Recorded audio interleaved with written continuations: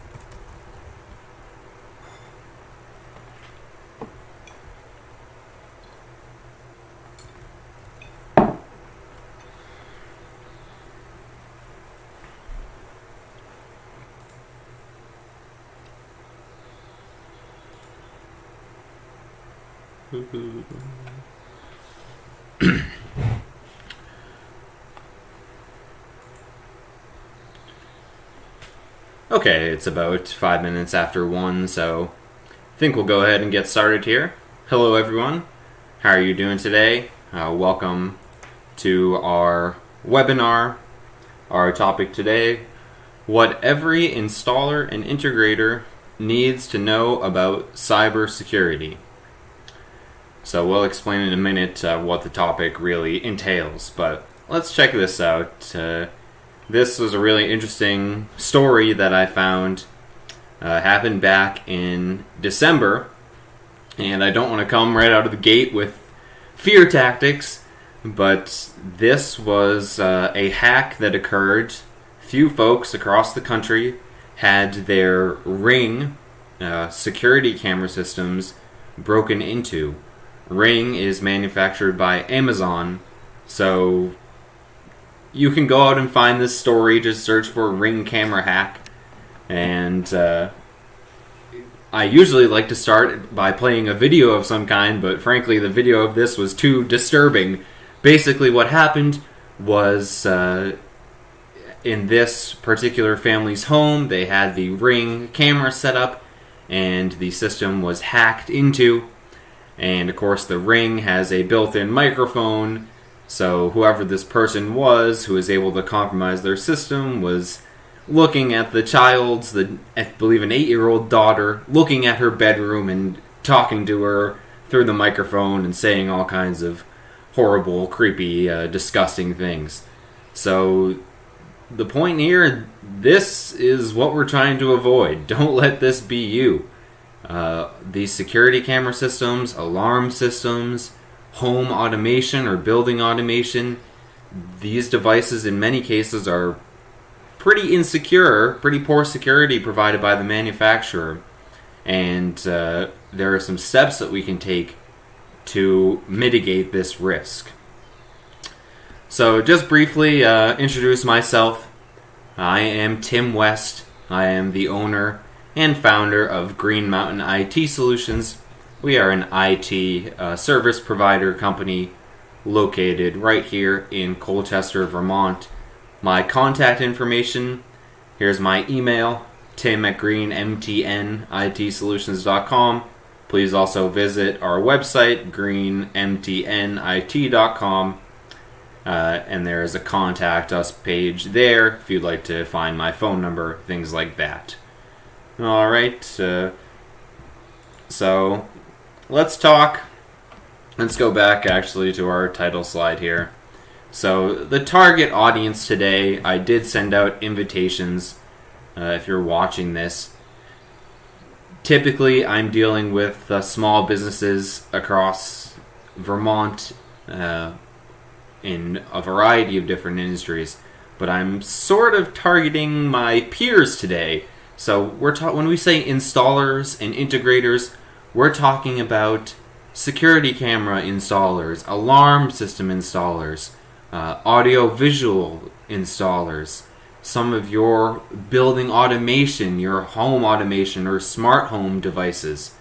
I mean, really, this is what we call the Internet of Things. Hopefully you've heard that term. So many things these days are networked. You even look at some of you plumbers out there, or HVAC installers, we have thermostats that go on the network and can be controlled remotely. We have, if you're an electrician, we have lighting systems. We can turn the lights on and off with an app from our phone, before we get home. Things like this. So that's who we're targeting. Anyone, you have a device that goes on the network, and again, maybe you're an HVAC installer, you're a plumber, you're an electrician, you're maybe used to install analog security cameras, a coaxial cable, and you've switched to IP cameras in the past few years, which I know a lot of installers have. Now you're facing these issues of networking and security. So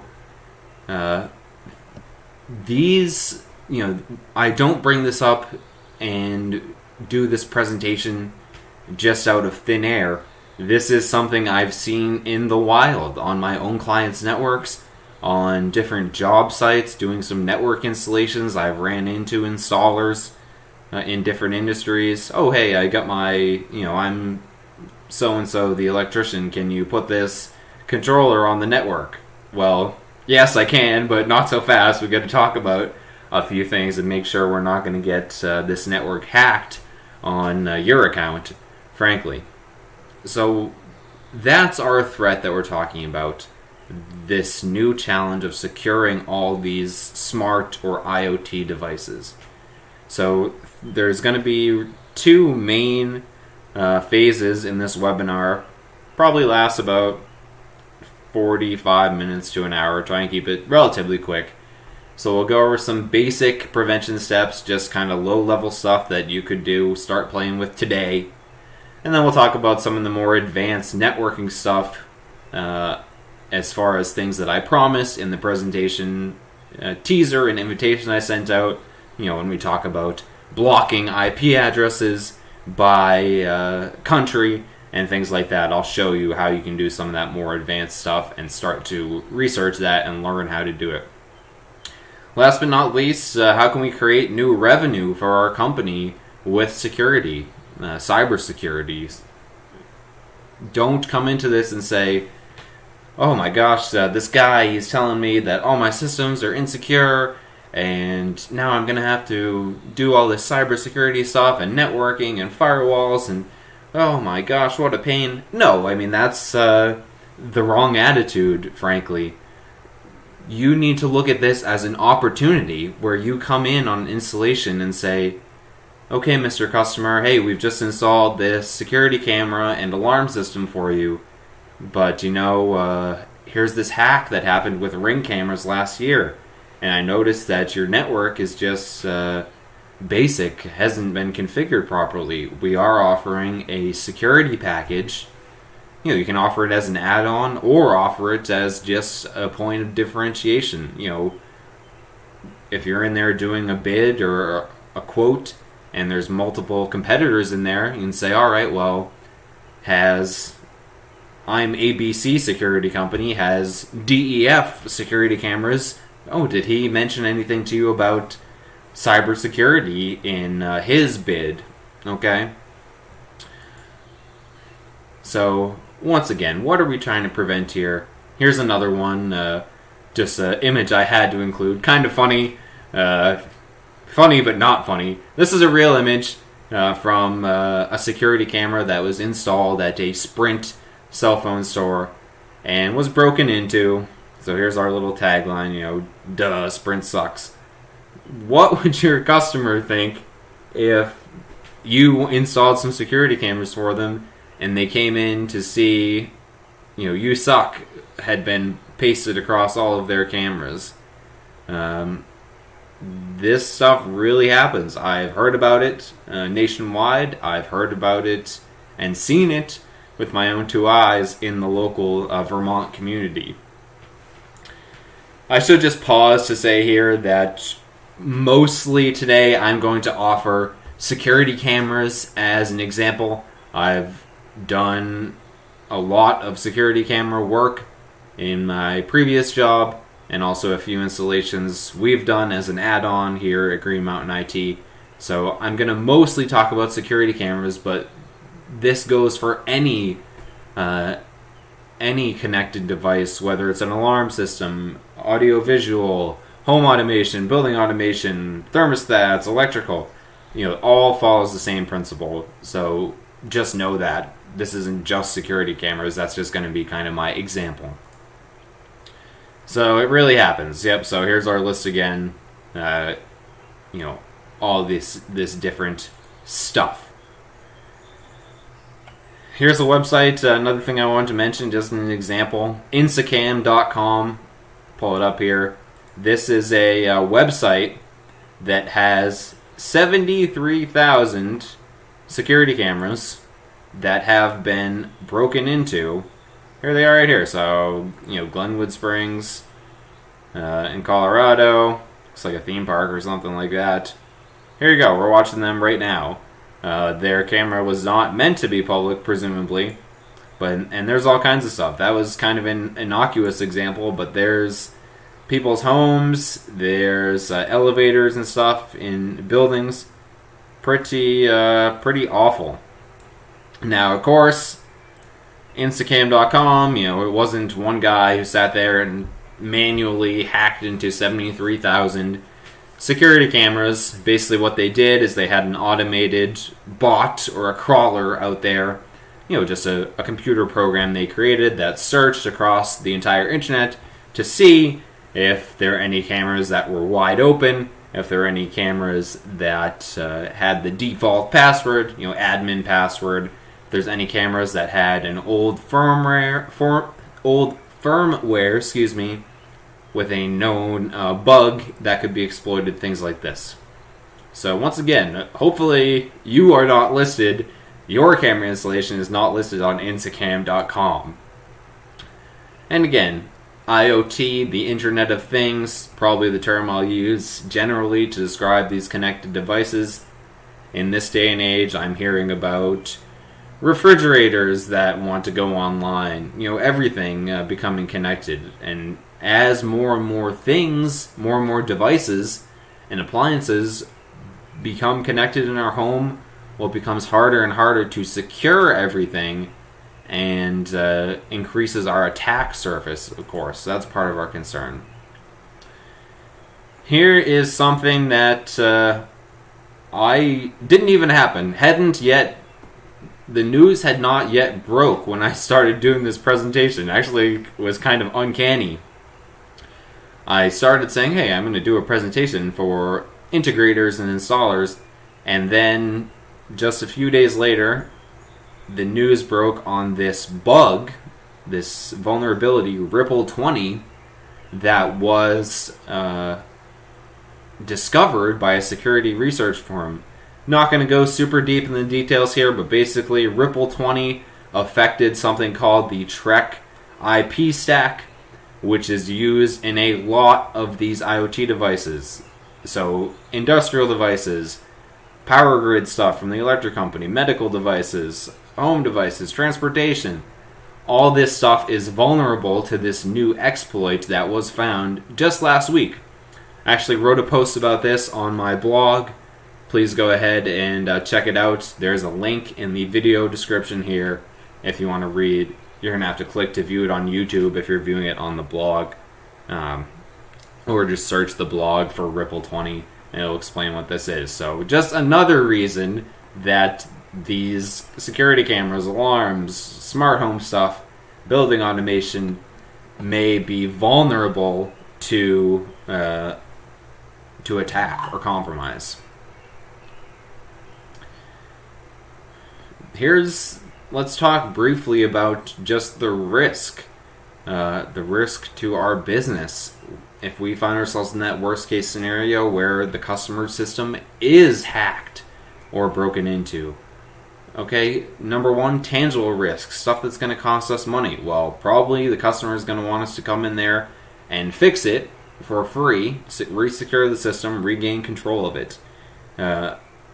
Number two, you might have to issue a refund. Get out of here. You let someone into my network, and they're talking to my 8-year-old daughter. Like we saw with Nest. They're talking to my daughter through the camera's microphone. Just get out of here and give me a refund. And even legal action potentially. Someone's going to sue you or take you to court over this. Now that's the tangibles. Even worse than the tangible risks are the intangible risks. So if we're in a decent cash position, we can probably take a hit and give someone a refund. We can maybe make it through a court case. What we really might not be able to bounce back from is the intangibles. The intangibles. Loss of our reputation. Negative publicity. Especially these days, you might find yourself on the traditional nightly news.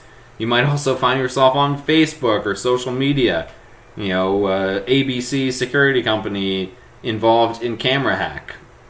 Probably you're going to have a hard time gaining new customers after that. So much worse. So we don't want to, get our system hacked for sure. And to make matters worse, oftentimes attackers are using these IoT devices, some of which have pretty weak security, using them as a launching pad or to get their foot in the door onto your network. Look at a small office environment.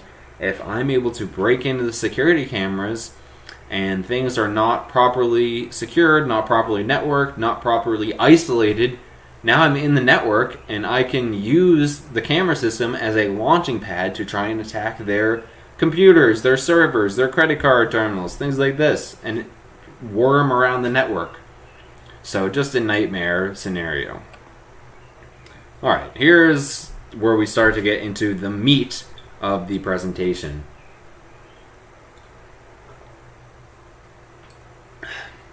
Excuse me, gotta have that iced coffee. Alright, so basic steps here. Some things are going to start off with that anyone can do, no networking expertise required, just basic stuff that you can start to think about or even do today. Number 1, use strong passwords. Use strong passwords. Use strong passwords. Worth repeating 3 times because it's the most important thing. It's the number 1 way that these systems are getting hacked and broken into. You might be out there and kind of groaning to yourself and say, oh geez, I'm sitting here through a webinar just to hear that I need to use a strong password. Well, like I say, it's the number 1 way that you're going to get bit, so please take it seriously. I do have a blog post. Again, look in the description down below on the YouTube page to find a link to my blog post about passwords, creating strong passwords, and managing them.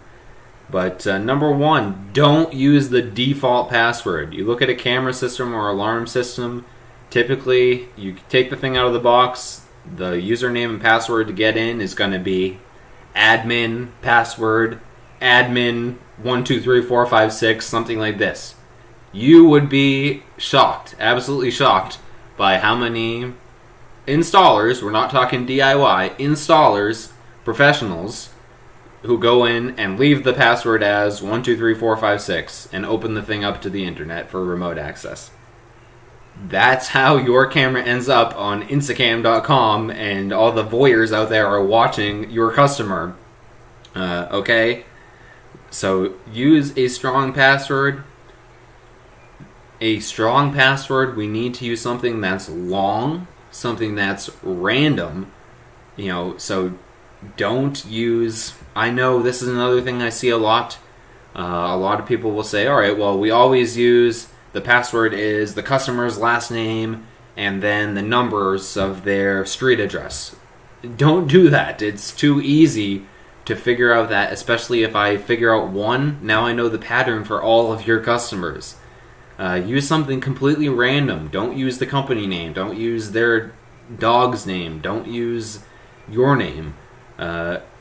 Use something completely random. Try to think of something off the top of my head. Paperclip, screwdriver, 1265, exclamation point, something like that. Completely random.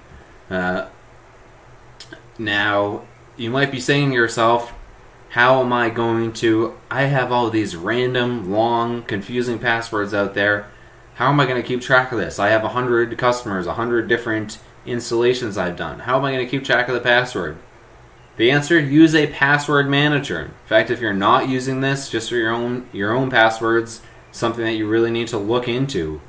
Bitwarden.com has a really strong, secure system. I've looked at a lot, and this is the most secure in my opinion. Just allows you have a password vault. Obviously you see here, there's an app, there's a website. You're going to have a master password, better be pretty strong to get in. And then you're in your password vault, and you can see all these different, you can enter all your customers' passwords into here, and keep track of them for them. Better yet, have an admin password that you know, and then the customer password, they don't have admin privileges. They can only view the cameras, for example. And you don't need to know that password. You can reset it with the admin. So use a strong password. Use a strong password. Use a strong password. If you just do that, you're going to be already, you're on your way into the upper echelon of cyber secure integrators and installers. You've already entered the top 50% by not using the default password and using something strong and random. Another point that I've seen over and over again, people skip and miss. Update the firmware on these devices. All these little gadgets out there, security cameras, alarms, you know by now, the whole spiel. They have a firmware, an operating system. Usually the vendor is going to release updates for it periodically. And the updates, the updated firmware, oftentimes is patching a known security issue that they found. Don't skip it. Might seem like a pain in the butt. It kind of is a pain in the butt. I've been there. You have 16 security cameras you're going to put in. You got to go one by one and update the firmware on all 16. If you're really lucky, there's some kind of automated tool you can use for it. You know, it's a pain, but don't skip it. Because here's what happens. I'm going to give you an example from real life, from my own work. Security cameras from the company Hikvision, or Hikvision. Now, some of you out there might be rolling your eyes and saying, okay, that's cheap crap, that's from China. True, to an extent, but it's commonly used. You see them out there in the wild a lot. So, Hikvision cameras had a giant security flaw, a vulnerability that was found in their cameras.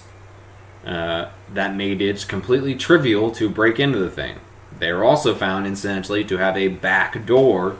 The manufacturer had a back door into the system. You know, basically, there was a secret account with the same username and password on every single one of their cameras.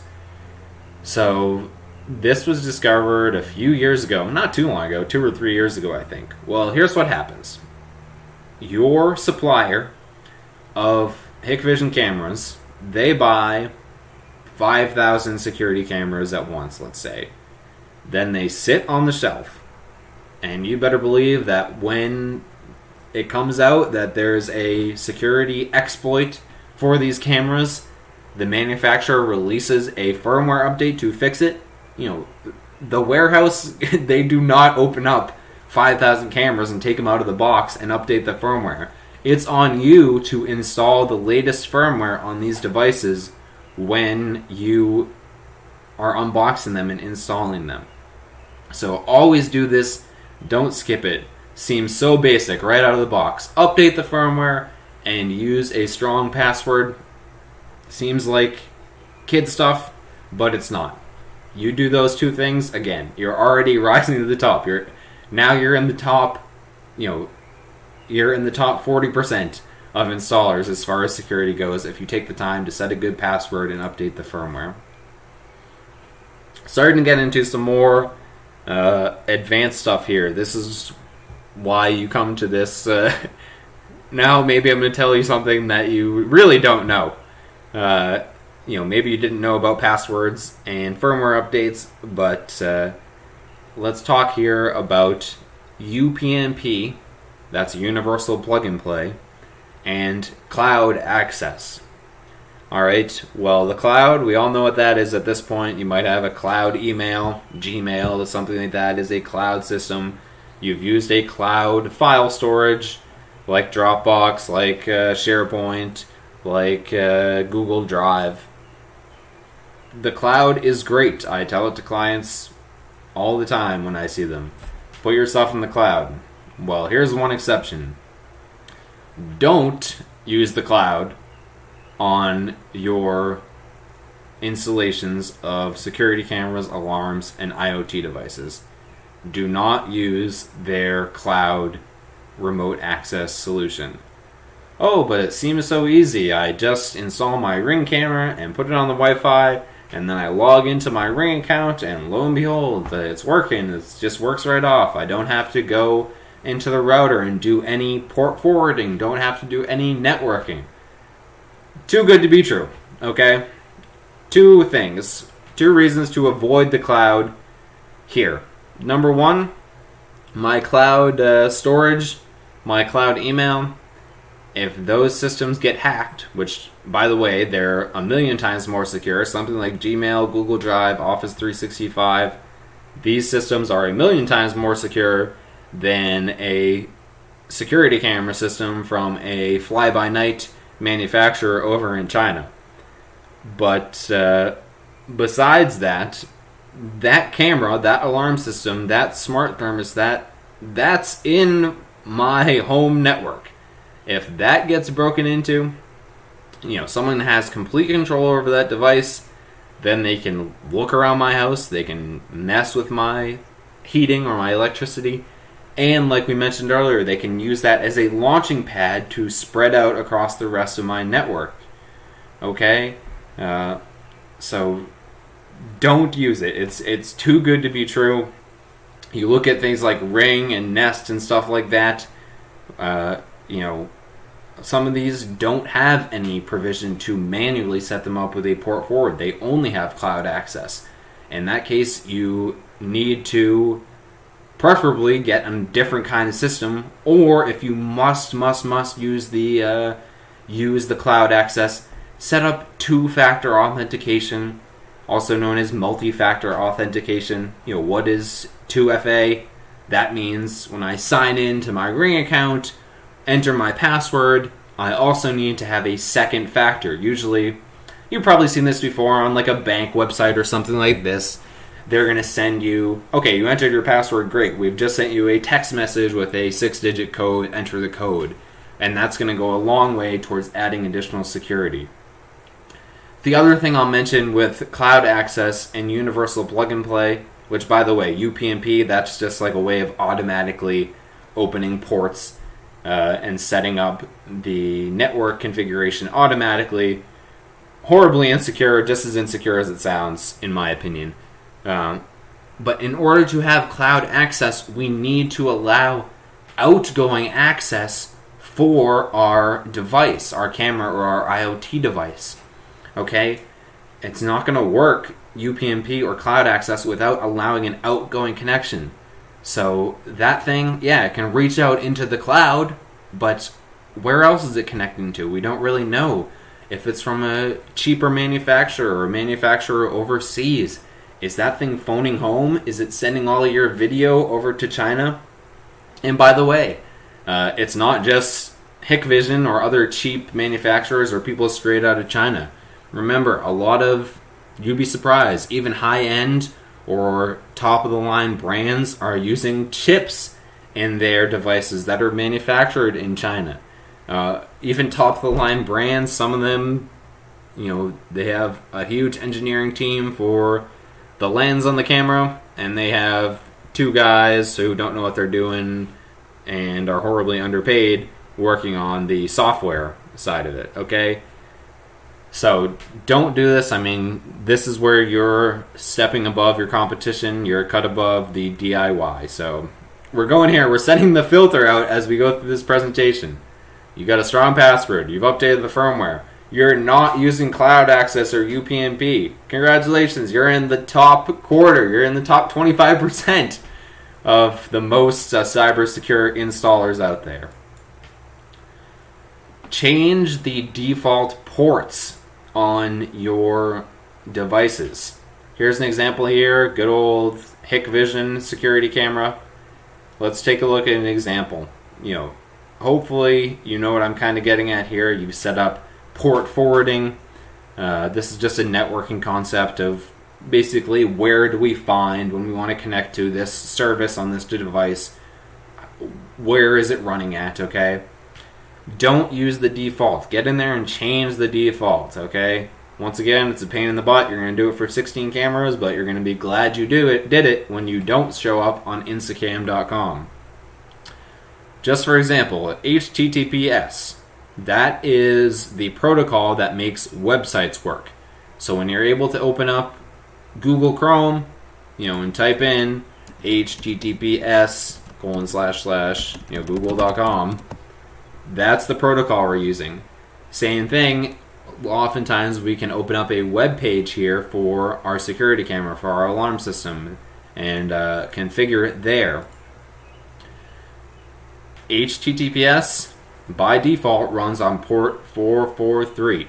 If you change that, you are going to stop a lot of those automated attacks. When insecam.com sends out its program, its crawler program, to look for cameras that are wide open, most cases it's checking port 443.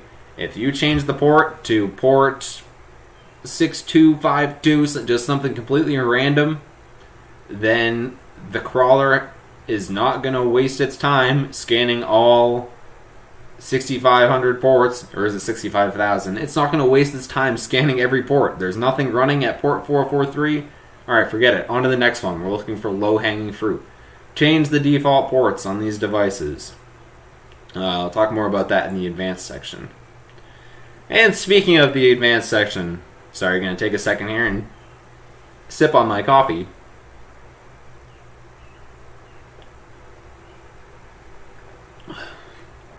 Alright. Oh, excuse me. Sorry about that. Alright. Advanced steps. You can learn. Okay? Oops. You can learn. Well, first thing I'll say, if you are a security camera company, a security alarm company, and you're setting up networking for your clients, if you're a company that has 5 employees, 10 employees, I strongly suggest that you do one of two things. Number one, appoint someone on your team who is going to become your network expert.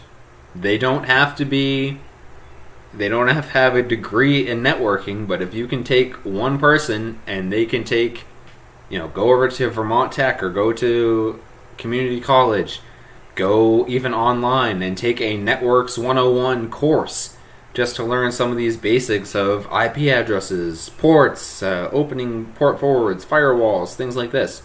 Okay? If you can have someone, and if they're really, if they're self-learning, you can do this online, DIY, or just do it, doesn't take long.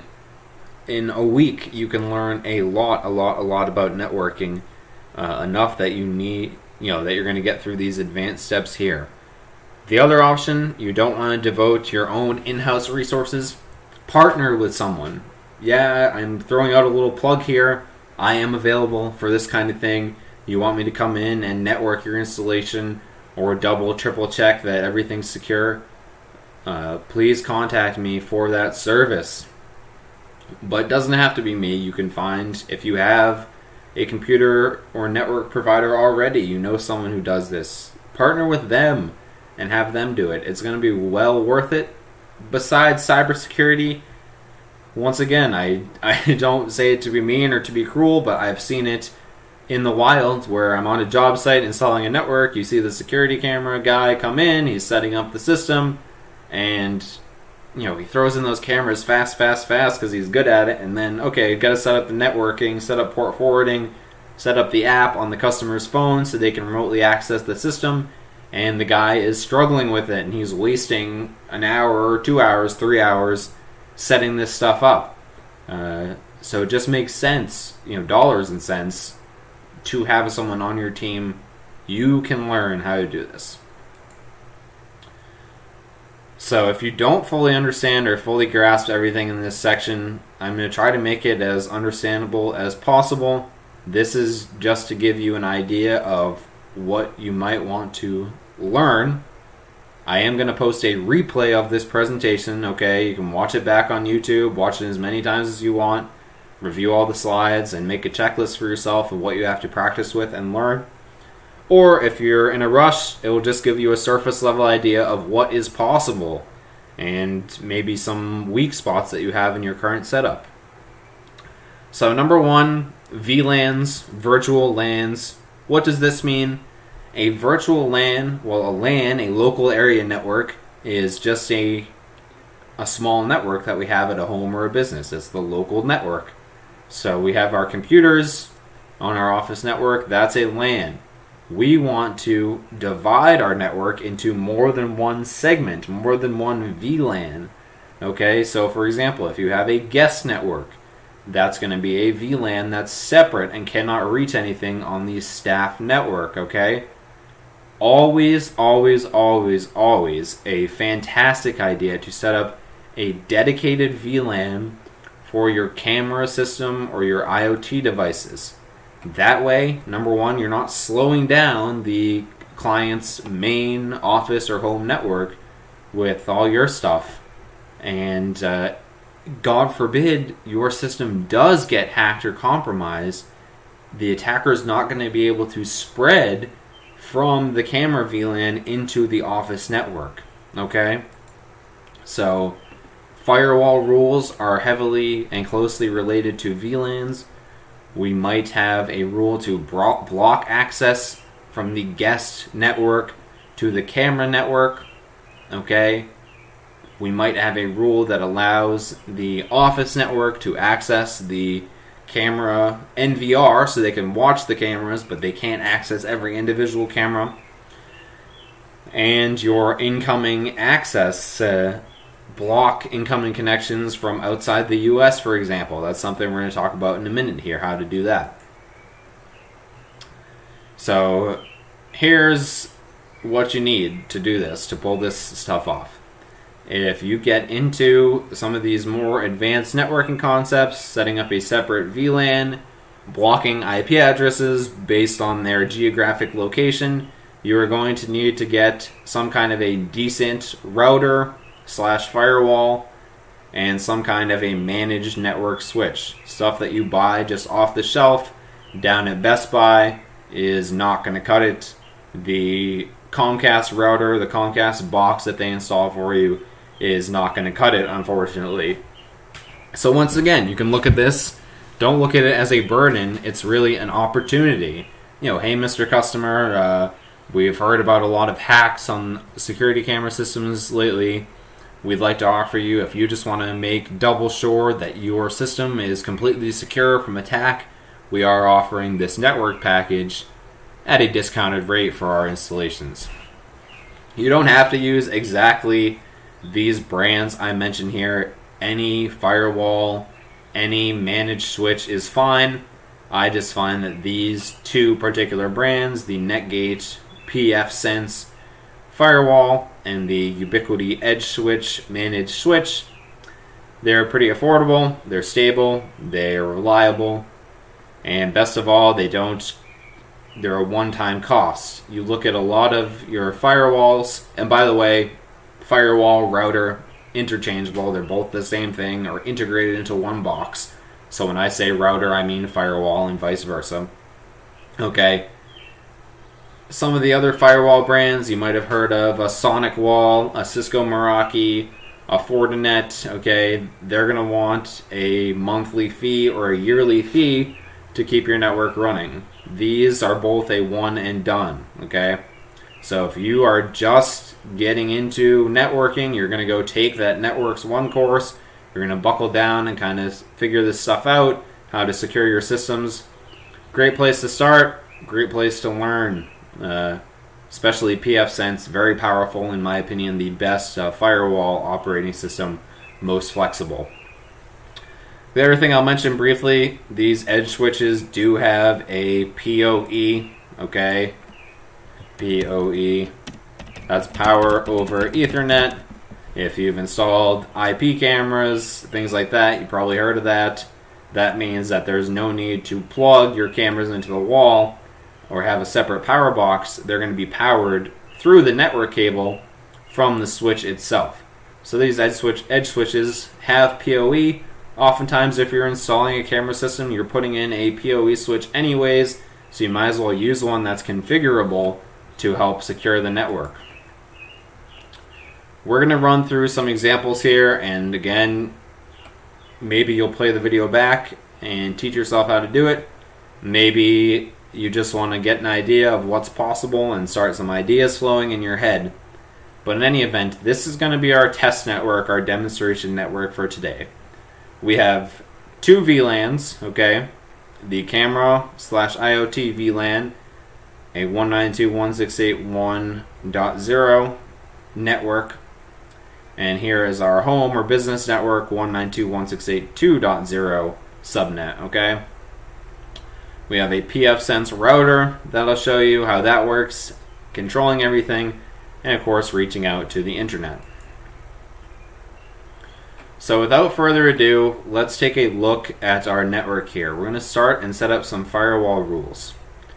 So this right here is my pfSense router. I've already gone and set this thing up for everyone to watch here. You know, I've set up this firewall. First thing I'll say right off, this is my, just like we have on the diagram here, if I go back, my camera VLAN 192.168.1.1, the staff VLAN 192.168.2.1, WAN, wide area network. If you don't know, WAN means the internet. If you're really sharp, you're going to look at this and say that's not an internet address. This is a private address, 10.58108.2. That's because this is just a demonstration system that I have that's actually inside my own local network. So don't get thrown off. There's some stuff here that's kind of just for demonstration. Okay? So that's why this is kind of a funky address. You wouldn't usually see this on the internet. This is a private address, but I won't get into the weeds. So we have these interfaces, these VLANs set up. Well, let's go ahead and set up some firewall rules. Let's take a look. If I go, this is pfSense made by Netgate. If I go firewall rules, here's our interfaces. WAN, that's the internet. Camera VLAN, staff VLAN. Starting with a blank slate on the camera VLAN, there's nothing allowed. As a matter of fact, we're only going to allow one thing. Hugely important point. We are not allowing any outgoing connections from the camera. We're going to let people come in and initiate the connection so they can remotely view the camera, but we're not going to allow anything outgoing. That way you know that your camera's not phoning home to China. It's not just a million times more secure this way. We are going to allow one thing, which is a time service, the NTP protocol. Let it use the time service to our router. That will make it so when we look at the camera and it has that nice timestamp down the bottom, it's 1:47 p.m. on June 25th. Make it so the time is actually correct there, okay? So, just to show you how you add a firewall rule, I'm going to add a rule here. We want to let the traffic pass. We have pass or block. Let's let it pass from the camera VLAN interface. IPv4, that's fine. We're going to allow TCP and UDP. Don't worry too much about that. That's just the most common protocols out there. Alright, so let's allow traffic. This is for our time service, aka NTP. So we're going to allow from the camera VLAN net to the camera VLAN address. That means the router's own IP address, 192.168.1.1, as far as the camera is concerned. And we're going to allow, if I can find it in here, NTP to NTP. Okay. Allow NTP time to firewall. Okay.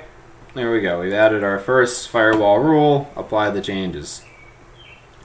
So that's the only thing, the only connection that the camera itself needs to be able to make. That means that it's initiating the connection itself. We're still going to allow in from the outside world.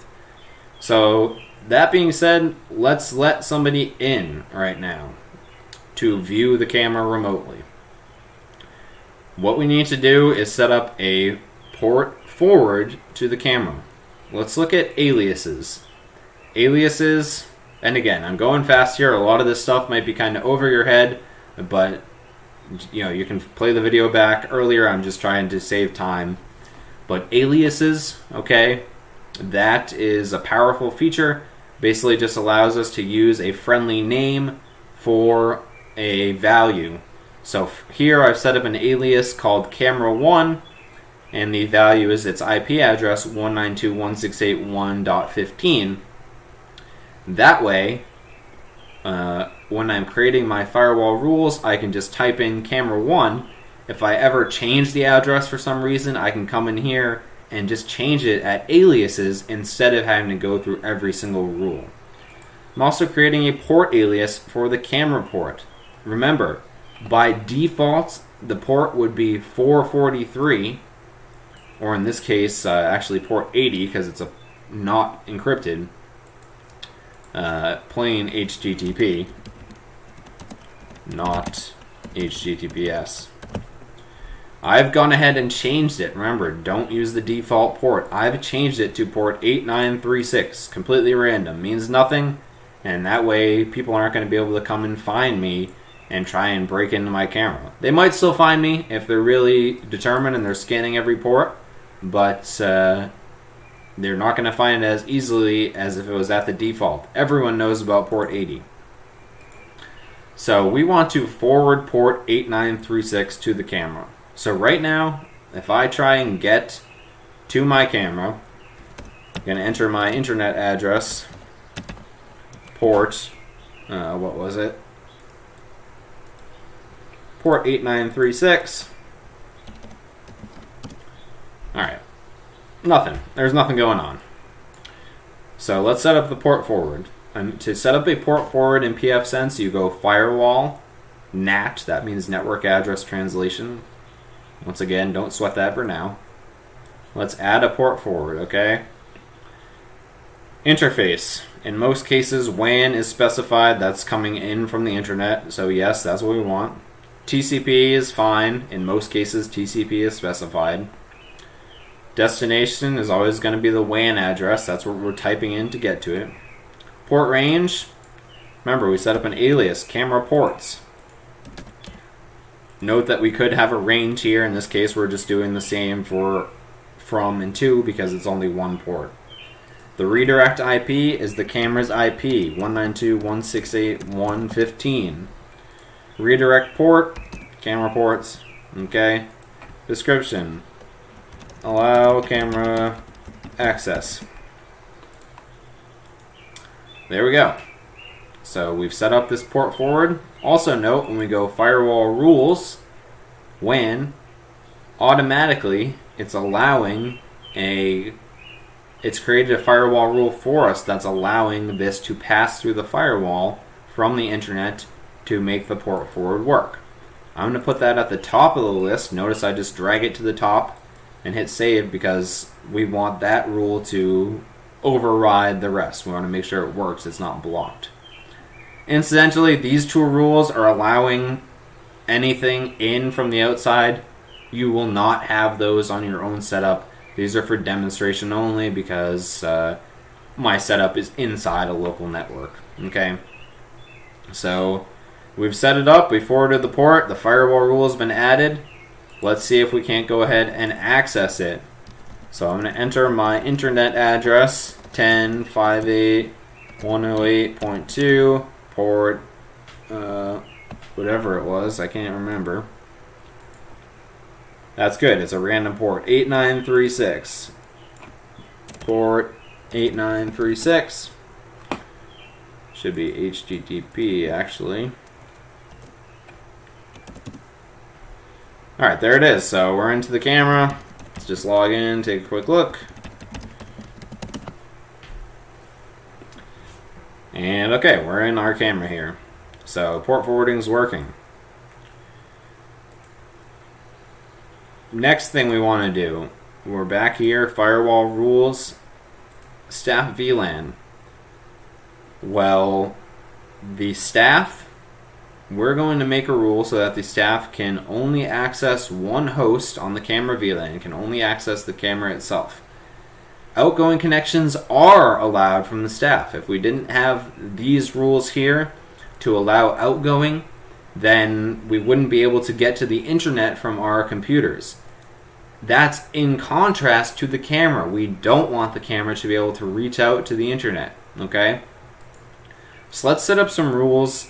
What we're going to do here, number one, is allow staff to access one camera, block access from staff to rest of cam VLAN.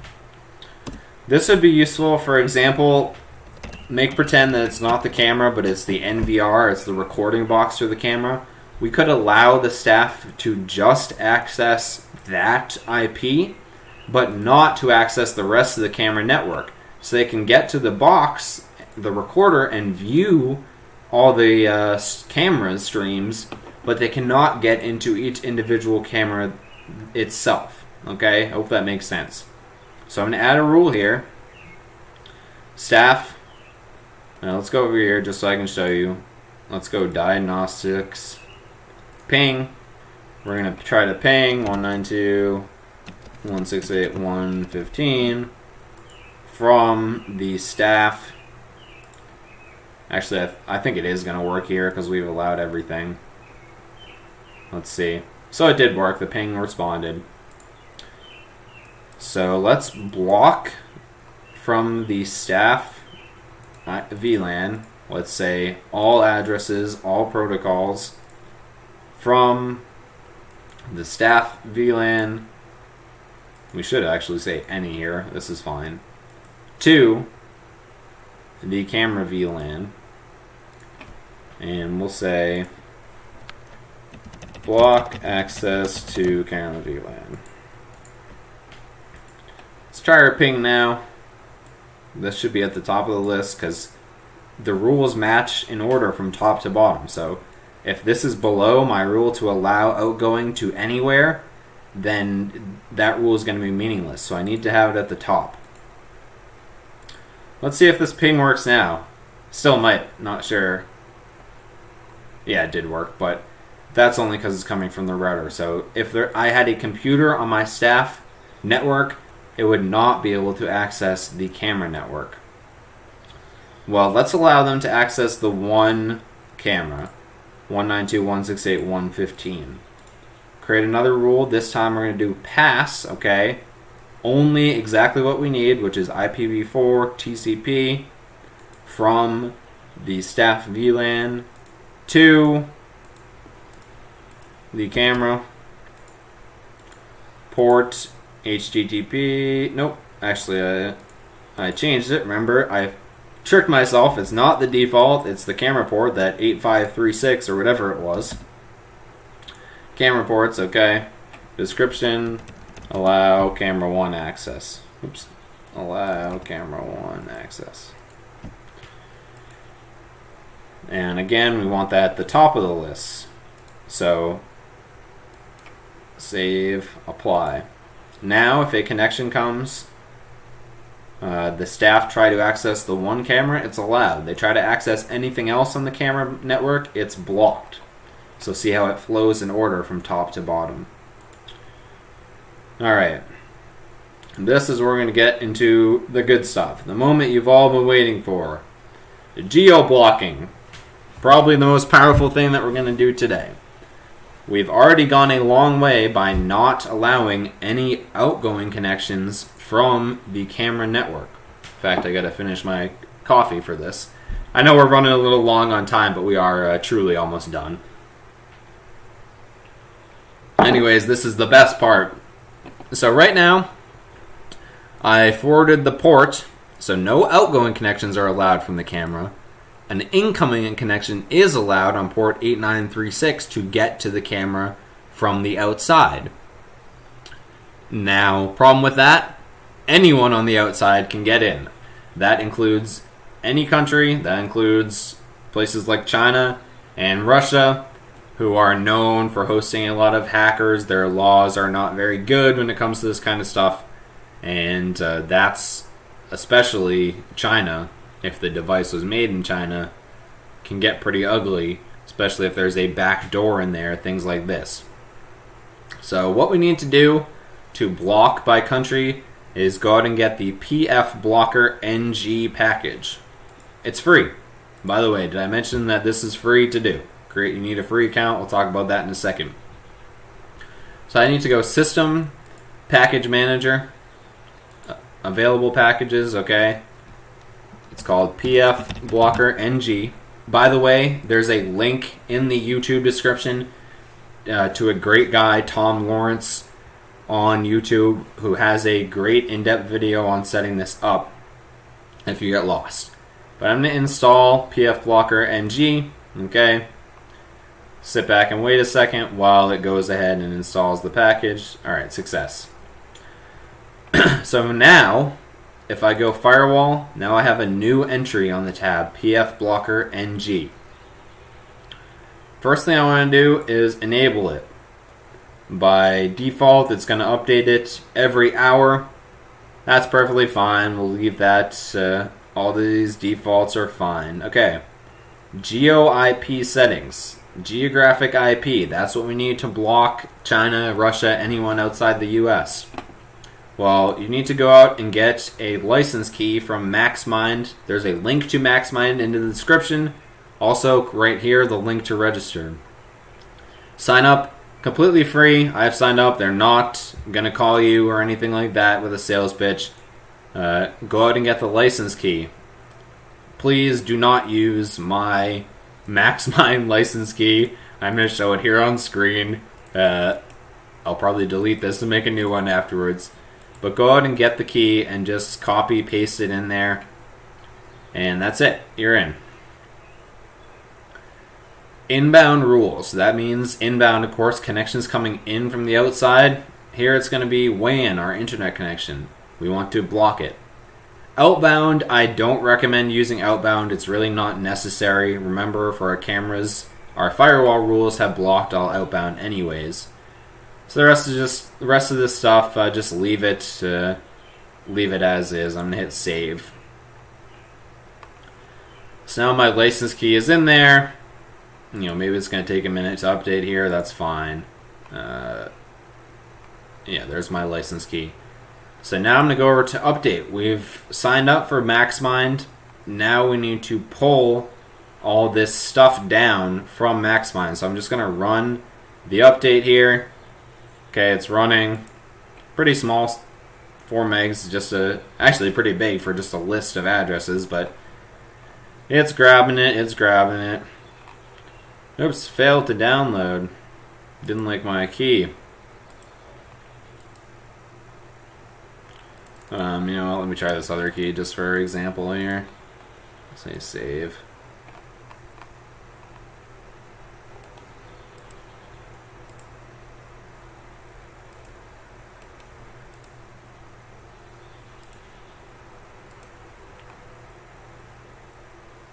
Maybe I forgot to get that other key there. Alright, so it worked. It actually did work there. So, sorry about that, just a little hiccup. I had tried to create a second key, so you didn't have to see my main key. Now you saw it, so I'm going to have to go out and delete it after this and everything, but that's fine. Alright, so here is our countries. There's 2 lists here, notice. There's 2 kinds of IP addresses, IPv4 and IPv6. This right here is the top 20 offenders. China and Russia are at the top of the list for the worst offenders. Japan, that's kind of a surprise. Ukraine, no surprise. UK, Germany, that's kind of surprising. So, what we want to do, if I want to block just China, I could just select them. What I actually want to do is everyone who's not the US or Canada. So, go over to North America, of course. And let's find Canada. The reason I do Canada as well, if you're in Vermont, it's possible to pick up a Canadian IP address. And especially if you get close to the border, or of course if you travel into Canada, you know, block this. So you can adapt this. I'm selecting from both lists, IPv4 and IPv6. Obviously, if you are, you need to work with the client here. If they tell you, all right, well, I travel a lot to the British Virgin Islands and I need to be able to see my cameras, well, then you need to allow that as well. But I'm going to select just Canada and the United States. The action we want, deny inbound, okay. We don't want, we want to block incoming connections. This is where the magic happens. Advanced, go down to the advanced section and select invert. That means not source addresses. not the US or Canada. If I didn't check this, we'd be blocking the US and Canada and allowing everything else. So we want to say not US and Canada. If I didn't have this option, otherwise I'd have to go through every single one of these, every continent, and click every country except the US and Canada. Don't have time for that. So thank goodness for invert. That's it. I'm going to hit save, okay? Excuse me. And actually what you need to do is go into the update and run the update to actually make it take effect. Notice here it's pulled the North America list and things like this. Okay. So there you have it. Now if we go back to Firewall Rules and select WAN, notice that these block rules are added automatically. Not North America IPv4, not North America IPv6, okay? So that PF blocker is adding these for us automatically. We don't have to do these firewall rules ourselves. Notice the order of the rules. These need to be at the top. They cannot be, if this rule was above these two, then everything would be allowed in anyways. It would never hit these rules if it was coming from China or something. So note the order. The block rules need to be at the top. Okay? That's it. So now we're blocking everything from the outside world, except for the US and Canada. I did that for free, completely free. Free account on maxmind.com, GeoBlocker. That's why we love pfSense. You can't do that on too many firewalls for free. I wish this system here is just a demonstration. I wish I had my production, my office firewall up, which is also pfSense. You would see, if you have something open to the internet, check your firewall logs.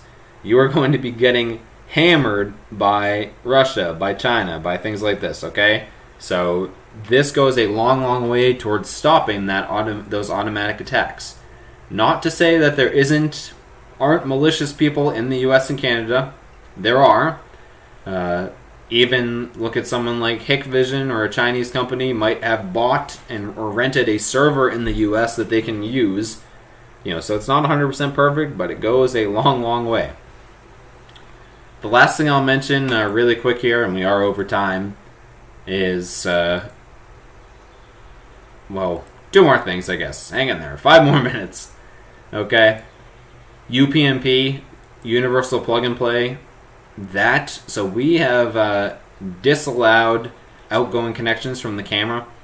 If this is on just a Comcast box or on a home router or a cheaper device, Universal Plug and Play is on. Plug and Play, that means that it's going to allow the camera to reach out to the internet and even open ports in automatically. We do not want that. That's awful from a security perspective. So go to Services, UPnP.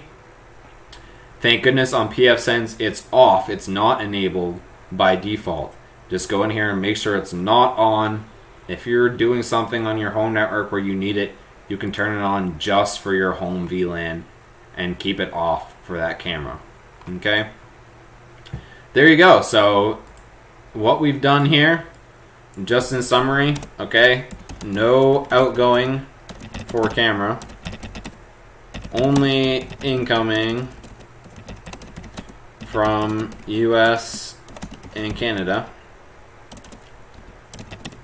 no UPnP auto access, segregation from staff network. Few basic steps that we've taken here. If you pull this off, you are in the best of the best. You are in the top 10%, 5%, 1%. You are in the 99th percentile of secure security camera systems that are out there. Our camera is not phoning home to China. It's not getting hammered by bots and crawlers from overseas that are trying to break in. It's not able to use UPnP to automatically open itself up and phone home or allow a backdoor or something. And even if it does get hacked in spite of all these security measures. We're segregated from the staff network, so we're not able to, it's not going to be able to reach into the staff network if it does get hacked. Of course, that's in addition to the minor little things of a strong password, of updating the firmware. Do all this stuff, congratulations. You are in the top 99% most secure installations out there for installations and integrators. Last thing I'll mention, just something you can play around with. I'm not going to demonstrate it here, but Wireshark. If you want to see actually what this device is doing and how bad it gets, go out and download Wireshark. It's completely free, wireshark.org. Oops, wireshark.org. Go out and get it. And this is a program that's going to let you analyze a network device. You can set up something called port mirroring. Search Google for what that is. And you will see, don't apply these measures that we talked about. Before you do all this, let it access the internet. Pull up Wireshark and prepare to be terrified of how many times this thing is trying to reach out across the internet to phone home to China, to open up ports using UPnP, things like this. Okay? That's it. So remember, you can use this stuff to generate new revenue, add a security package on, raise your prices, and use it as a point of differentiation. We are more secure than the other security camera companies because we actually secure our systems. You're not going to get hacked. You're not going to have the hacker in your network. You're not going to have him shouting through the microphone at your 8-year-old daughter like we saw with Nest. So you can generate some new revenue here, okay, for sure. You can even go out to existing customers and say, hey, we've got this security package that we're doing now. Would you like to add it on? Contact me, my contact information. Here's my email. Visit the website. Look in the description of the YouTube video. And please reach out to me with any questions. I'm not going to charge you anything if you just want to call me or email me and say, hey, how can I get started with this? Or I'm confused about this point, or what can I do? Just contact me, or comment on the video for that matter. Last but not least, I said there's not any sales pitch. There's not really any sales pitch here. But I am offering a referral program. If you give me a qualified referral to one of your customers, that doesn't mean anything special. It just means that I get an appointment with them. Specifically, I do work with small businesses, typically not residential, but it does depend. If I get an appointment with one of your customers who you referred, I'm going to give you $50, no questions asked. That's a check or a gift card if you prefer, $50. I'm also available for hire. If you're working on a bigger project or you're interested in partnering with me, I do offer a discounted rate from my normal rate for subcontracting on networking some of these installations. So please do contact me. So thanks. Again, here's my contact info. I'll leave it up here. But that's it for today's webinar. Just got to mention this really briefly. Thank you to Slides Carnival for the template here. Sergey for the illustrations, some photographs, Unsplash and Pixabay, clip art from Clicker, OpenClick Art, public domain vectors. Thank you to all those for providing free resources to do this presentation. But yes, thank you. Thanks for hanging in there. I know we went over time, but thanks for watching the webinar, what every installer and integrator needs to know about cybersecurity. That's it. I will be posting this. You should be able to replay this video